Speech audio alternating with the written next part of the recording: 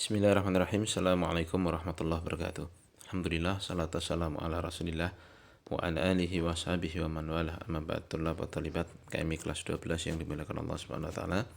Alhamdulillah kita bisa menyambung kembali pelajaran kita, dan sekarang kita sampai di bab ke-60. Kurang lebih ya 5 atau 6 bab lagi selesai dari kitab Tauhid ini. Nah, dan sekarang ya kita langsung saja masuk di bab baru. Qala al-muallifu rahimahullahu taala babu ma jaa fil musawwirin. Bab ma jaa fil musawwirin ay minal wa'idis syadid. Dari ancaman, bab dalil-dalil yang datang tentang ancaman yang keras bagi para musawwir, tukang gambar. Kenapa kemudian bab ini diangkat dalam kitab Tauhid? Kita baca munasabatu hadzal bab li kitab Tauhid. Lamma kana taswiru wasilata syirki al-mudadu lit-tauhid nasaba an ya'qidal muallifu hadzal bab li bayani tahrimihi wa ma warada fihi minal wa'idis syadid.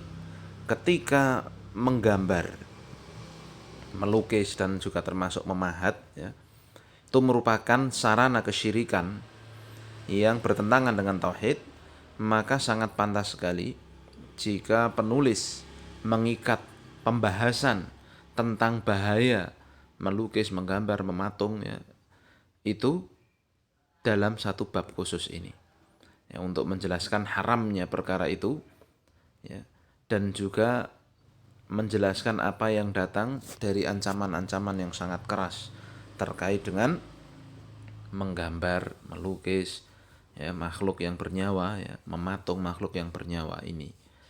Taib. Kita baca. Dalil yang pertama, an Abi Hurairah radhiyallahu anhu qala. Dari Abu Hurairah radhiyallahu anhu, beliau mengatakan qala Rasulullah sallallahu alaihi wasallam. Rasul sallallahu alaihi wasallam bersabda, qala Allah taala. Allah berfirman. Ini hadits qudsi ya.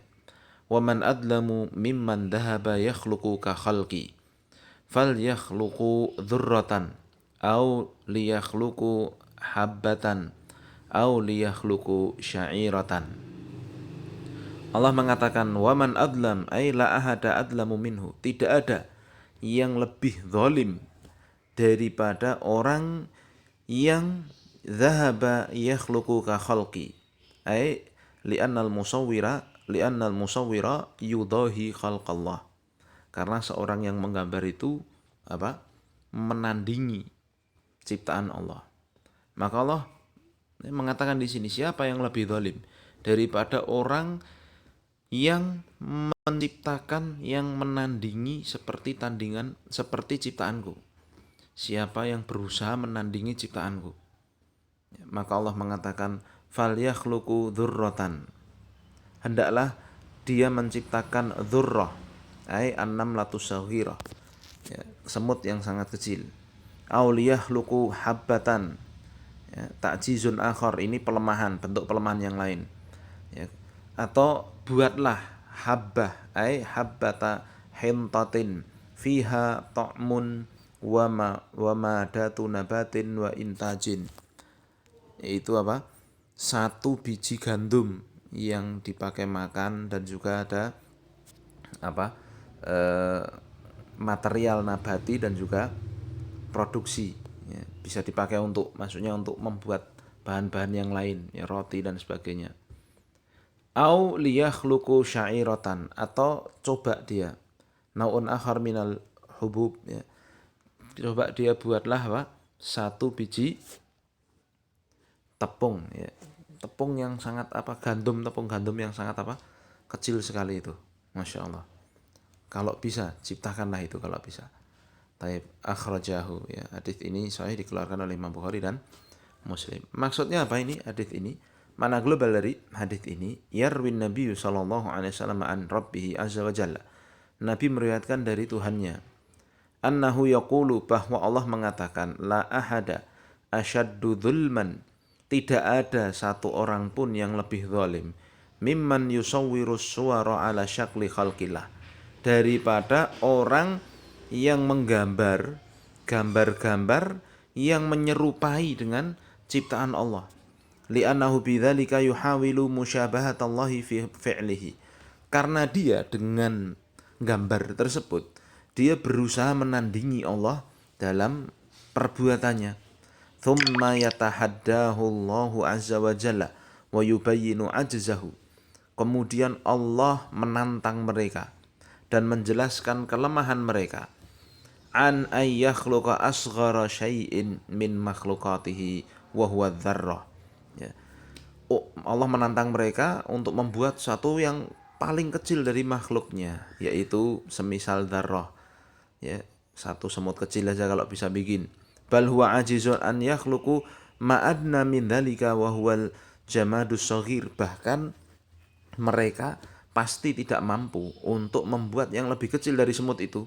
Yang kalau semut kan benda mati, benda hidup. Nah, ini benda mati pun tidak bisa mereka ciptakan. Ma'adzalika la qudrata lahum ala dzalika kulli. Ya, tapi ya ditantang seperti itu, tentunya makhluk tidak ada yang bisa. Ya, li'annallaha huwal mutafarridu bi khalqi. Karena Allah lah yang esa dalam penciptaan. Jadi yang dipakai di sini khalq, ya. Khalq itu menciptakan, ya. Jadi membuat sesuatu tanpa adanya contoh sebelumnya. Ya. Nah, dan di sini jelas sekali ya bahwa Allah Subhanahu wa taala menantang ini ya orang-orang. Jadi Allah murka terhadap orang-orang yang berusaha menandingi ciptaannya. Ya, dan Allah menantang di situ ya. Kalau bisa buatlah satu ekor semut. Atau kalau nggak bisa bikin satu biji-bijian. Kalau nggak bisa bikin satu biji tepung aja kalau bisa. Tentu mereka lah tidaklah bisa.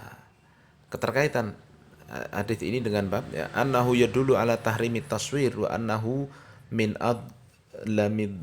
adlamid dzulmi.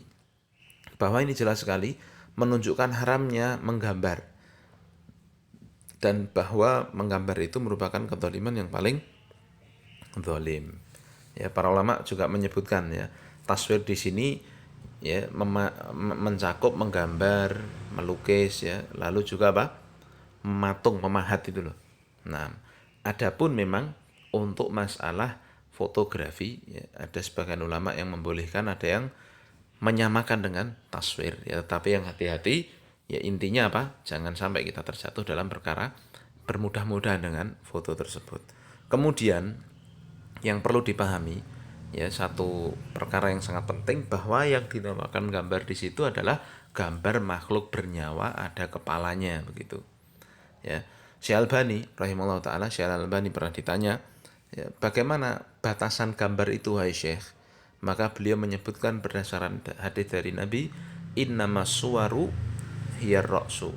Yang namanya gambar itu adalah kepala makhluk hidup. Nah, kalau gambarnya itu ada kepala makhluk hidup, yang gambar kuda misalnya lengkap dengan kepalanya, nah itu yang dilarang. Ya, gambar manusia apalagi, ya apalagi seperti yang ada di candi-candi itu. Ya, jelas ya. Jadi innamas suwaru ya ra'su. Paham? Kemudian faedah yang kita bisa petik dari hadis ini yang pertama tahrimut taswir, haramnya menggambar.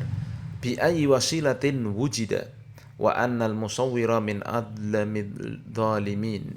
Haramnya menggambar dengan sarana apapun yang bisa didapat.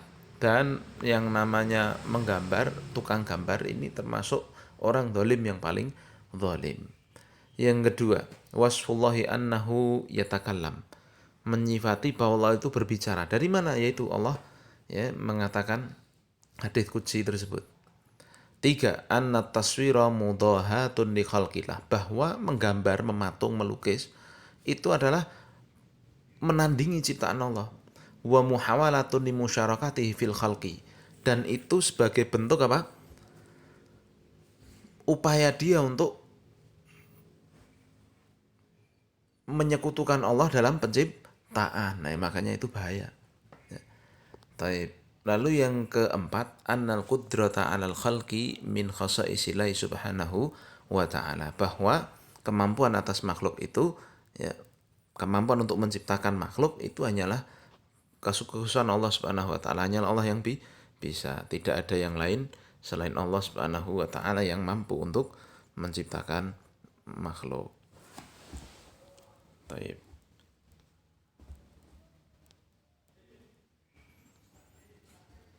Kemudian ya kita masuk ke dalil yang kedua. Walahuma an Aisyata radhiyallahu anhu, dan diriwayatkan walahuma al Bukhari wal Muslim, ya, oleh Imam Bukhari dan Muslim pula dari Aisyah radhiyallahu anhu, anna Rasulullah sallallahu alaihi wasallam qala, bahwa Rasul sallallahu alaihi wasallam bersabda, asyaddun nasi adzaban yaumal qiyamati alladziina yudahiuna bi khalqillah. Asyadun nasi adzaban, orang yang paling keras siksanya besok di hari kiamat adalah orang-orang yang yudahiuna bi khalqillahi, lihat, yusyabihuna bima yasna'unahu ma yasna'uhu Allahu, yang mereka menyerupai Allah dalam apa yang Allah buat, dalam apa yang Allah ciptakan. Jadi terjemahan letter gampangnya ya, manusia yang akan menerima azab yang paling keras besok di hari kiamat adalah orang-orang yang menandingi ciptaan Allah Ta'ala. Paham ya? Dengan cara menggambar itu. Loh kok terus begitu sih? Ya inilah syariat Islam. Syariat mengatakan gambar makhluk itu nggak boleh, sudah kita terima. Ya, jangan seperti orang-orang kafir ya, yang mereka tidak terima dengan syariat Islam. Taib ya. Makna global dari hadis ini, yukhbiru sallallahu alaihi wasallam khabaran ma'nahu nahyu wa zajr. Nabi mengabarkan dengan satu kabar yang maknanya adalah larangan. Annal musawwirina asyaddun nasi adaban fid daril akhirah. Bahwa para tukang gambar, tukang patung, tukang pahat ya, yang memahat manusia dengan sengaja ya, itu adalah manusia yang diancam dengan azab yang paling berat, yang paling keras besok di akhirat. Li'annahum aqdamu ala jarimatin syan'a wa hiya sina'atuhum ma yushabihu li khalqillahi fi sina'atis suwari.